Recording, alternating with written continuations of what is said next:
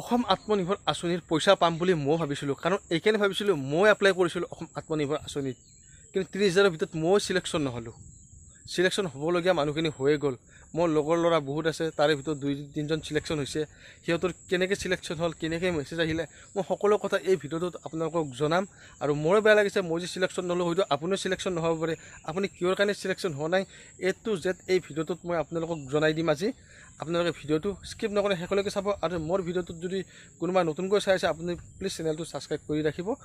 আমাৰ মৰমৰ হিমন্ত বিশ্ব শৰ্মা মামাই আমাক যে ৰাম ঠগন দিলে অসম আত্মনিৰ্ভৰ আঁচনিক লৈ কিনে, আপোনালোকে কথাটো অনুভৱ কৰিছেনে কৰা নাই?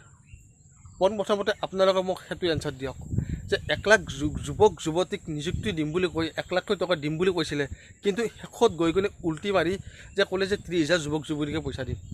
আপোনালোকে সেই কথাটো ভাবি চাওক যে হিমন্ত বিশ্ব শৰ্মা চৰকাৰে আপোনালোকক ৰাম ঠগন দিলে নে নাই। আৰু সেই অসম আত্মনিৰ্ভৰ আঁচনিত মই এপ্লাই কৰিছিলোঁ, কিন্তু মোৰো কোনোলৈকে আজিলৈকে চিভিল স্ক'ৰ আপডেট হোৱা নাই, কোনো ধৰণৰ মেছেজ অহা নাই, কোনো ধৰণৰ ফোন অহা নাই। মোৰ নিজৰে চিন্তা লাগিছে মই 30,000ৰ ভিতৰত চিলেকশ্যন হ'ম নে নহ'ম। সেইকাৰণে কৈছোঁ মই আপোনালোকক যে হিমন্ত বিশ্ব চৰকাৰে আপোনালোকক ৰাম ঠগন দিলে, আৰু মোকো ঠগন দিলে। সকলোকে যিমান যুৱক যুৱতী এপ্লাই কৰিছিলে সকলোকে ঠগন দিলে। মাত্ৰ 30,000 যুৱক যুৱতী দিব। হয়, 70,000ৰ ভিতৰত ময়ো আছোঁ, 70,000ৰ ভিতৰত আপুনিও আছে, কিন্তু আপুনি কিয় চিলেকশ্যন নহ'লে সেই কথাত ভাবক। আপুনি কিয় চিলেকশ্যন নহ'লে 70,000ৰ ভিতৰত, মই কিয় চিলেকশ্যন নহ'লোঁ? আপোনাক ঠগালে, মোকো ঠগালে। তেতিয়াহ'লে আপোনালোকে কয় যে জুনৰ মাহত চিলেকশ্যন হ'ব, অমুকৰ মাহত চিলেকশ্যন হ'ব। এইবিলাক সকলো মিছা হয়। যিখিনি মানুহ চিলেকশ্যন হ'বলগীয়া আছিল সেইখিনি হৈয়ে গ'ল। সঁচা কথা কৈছোঁ মই। আপোনালোকে মোক হয়তো কোৱাৰ কাৰণে বহুতে গালি দিছে, বহুতে কিবাখিনি কৈছে। যদি আপোনালোকে ইমানে সেই পাম বুলি কনফাৰ্ম হৈছে, তেতিয়াহ'লে আপোনাক মোক কমেণ্ট কৰি জনাওক কোনে কোনে পাব, কোনে কোনে নাপাব। যদি আপোনালোকে ইমানখিনি যদি জানে, তেতিয়াহ'লে আপুনি মোক মেছেজ কৰক, কমেণ্ট কৰক। মই আপোনালোকৰ মেছেজ কমেণ্টত ৰিপ্লাই কৰিম, যদি আপুনি পাম বুলি ইমান চিয়'ৰ হৈ আছে পইচাটো। ঠিক আছে, মই এটা কথা আপোনালোকক কৈছোঁ, যিখিনি মানুহ পাবলগীয়া আছিল সেইখিনি মানুহ চিলেকশ্যন হৈছে। আৰু যিখিনি মানুহৰ ওচৰত এতিয়ালৈকে ফোন মেছেজ কোনো ধৰণৰ একো অহা নাই, আপডেট অহা নাই, চিভিল স্ক'ৰ আপডেট হোৱা নাই, তেতিয়াহ'লে আপুনি কনফাৰ্ম হৈ লওক যে আপুনি পইচা নাপায়।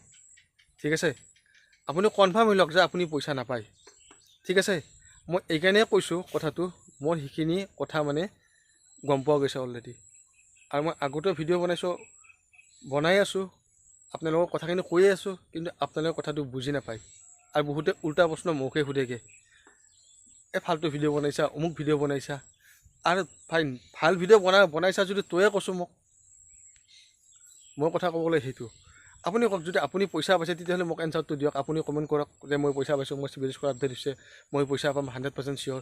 তেতিয়াহ'লে আপোনাৰ নাম সহকাৰে আপুনি মেনশ্যন কৰক, ডিষ্ট্ৰিক্ট সহকাৰে মেনশ্যন কৰক। মই আপোনাক কমেণ্টত ৰিপ্লাই কৰিম। ঠিক আছে, ভিডিঅ'টো আজিলৈকে ইমান দি আছোঁ।